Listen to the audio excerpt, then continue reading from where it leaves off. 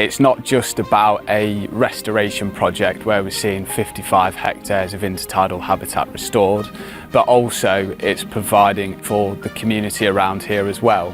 Ce projet européen unit deux vallées, la vallée de la Saâne en France et la vallée de l'Otter en Angleterre. Change is inevitable on the lower Otter, and this project is about doing that in a sensitive and a sustainable way where we get the maximum benefit. La basse vallée en 2050, c'est un projet pour moi gagnant-gagnant, gagnant pour l'homme qui se projette dans le futur en s'adaptant aux enjeux environnementaux, gagnant aussi pour la nature qui va en partie retrouver sa biodiversité du passé. We will be gaining a huge amount. The salt marsh mud flat that we are creating is very, very rare internationally. We don't have much of it left in the UK, and that is incredibly rich for wildlife. It's one of our nationally priority habitats. So this project is particularly unique compared to other projects in the sense that nature has worked alongside construction.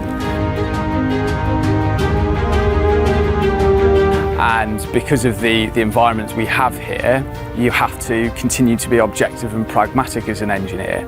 You can't just blindly follow a guidance or manual, you have to almost add to the rule book in that sense. There's been some quite groundbreaking stuff to understand the detail of some of these complex issues. Alors le projet PACCo, qui est une opportunité, nous a amené des moyens financiers non négligeables puisque nous avons obtenu de l'Europe une participation à hauteur de 69% sur l'investissement que j'ai rappelé qui était de l'ordre de 7 millions.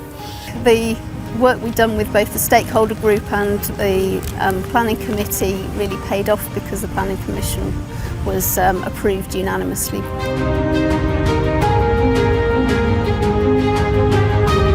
The PACCo project provides an amazing opportunity to do research, and it's really important that we provide a kind of case that shows they're worthwhile. La basse vallée de la Saâne en 2050, ce sera un exemple d'adaptation au changement climatique d'une basse vallée côtière en Seine-Maritime pour donner l'envie et le courage peut-être aux acteurs du reste du territoire de se lancer dans la même aventure.